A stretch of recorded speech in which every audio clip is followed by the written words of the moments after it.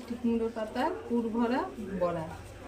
যে পুর বানাবো, বাদাম দিলাম, ভাজা বাদাম, আদা, পোস্ত বাটা, একটু লবণ দিলাম, এটার মধ্যে হলুদ দিলাম, একটু তেল দিলাম কড়াইয়ে, জিরে দিলাম, বাটা দিয়ে দিলাম, আদা, পোস্ত, বাদাম, লঙ্কা বাটা, একটু চিনি দিয়ে দিলাম। গেছে প্রায় হয়ে গেছে, পুরটা তুলে নিলাম। একটু ঠান্ডা হবে তারপরে। আর হলো সুজি আছে, লবণ, হলুদ, কালো জিরে দেওয়া আছে। এটা ভালো করে মেখে নেবো, ফাটিয়ে নেবো ভালো করে। কর্নফ্লাওয়ার দিলাম, তাহলে ভালো হবে। কুচোটা এটার মধ্যে দিয়ে দিই।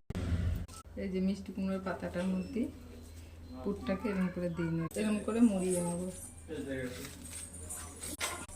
করে রেখে মধ্যে হয়ে গেছে। বড়াগুলো হয়ে গেছে, মচমচে হয়েছে খুব।